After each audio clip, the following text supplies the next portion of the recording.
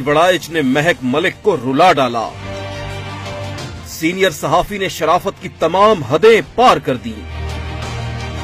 सहाफी के सीनियर होने का एहतराम किया। सुहेल वड़ाइच को नाजेबा सवाल करते हुए शर्म न आई।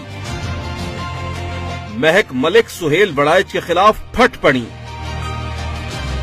इन दिनों पाकिस्तान की मशहूर स्टेज डांसर महक मलिक शदीद अजियत का शिकार हैं, जिसका सबब सीनियर सहाफी सुहेल वड़ाइच को दिया गया ईद स्पेशल इंटरव्यू है। इंटरव्यू के वायरल होने के बाद मशहूर डांसर महक मलिक के 14 तबक रोशन हो गए। इंटरव्यू के वायरल होने की असल वजह सुहेल वड़ाइच के नाजेबा सवालात थे, जिसके बाद सोशल मीडिया सारिफीन ने महक मलिक के साथ सीनियर सहाफी को भी शदीद तनकीद का निशाना बनाया। इंटरव्यू में महक मलिक की मन मर्जी शामिल थी या फिर सुहेल वड़ाइच का प्लान था? इस हवाले से महक मलिक ने हकीकत के पन्ने खोल डाले। हाल ही में एक इंटरव्यू के दौरान मशहूर डांसर खूबसूरत ख्वाजा सरा का कहना है, इंटरव्यू से कबल उनके सेक्रेटरी ने सीनियर सहाफी को मना किया था कि आप कोई नाजेबा सवाल नहीं करेंगे। महक मलिक ने कहा कि सुहेल वड़ाइच मेरे घर मेहमान थे और उस वक्त मेरे सामने कैमरे भी लगे हुए थे। सुहेल वड़ाइच को सीनियर का दर्जा देते हुए मैंने इंटरव्यू के दौरान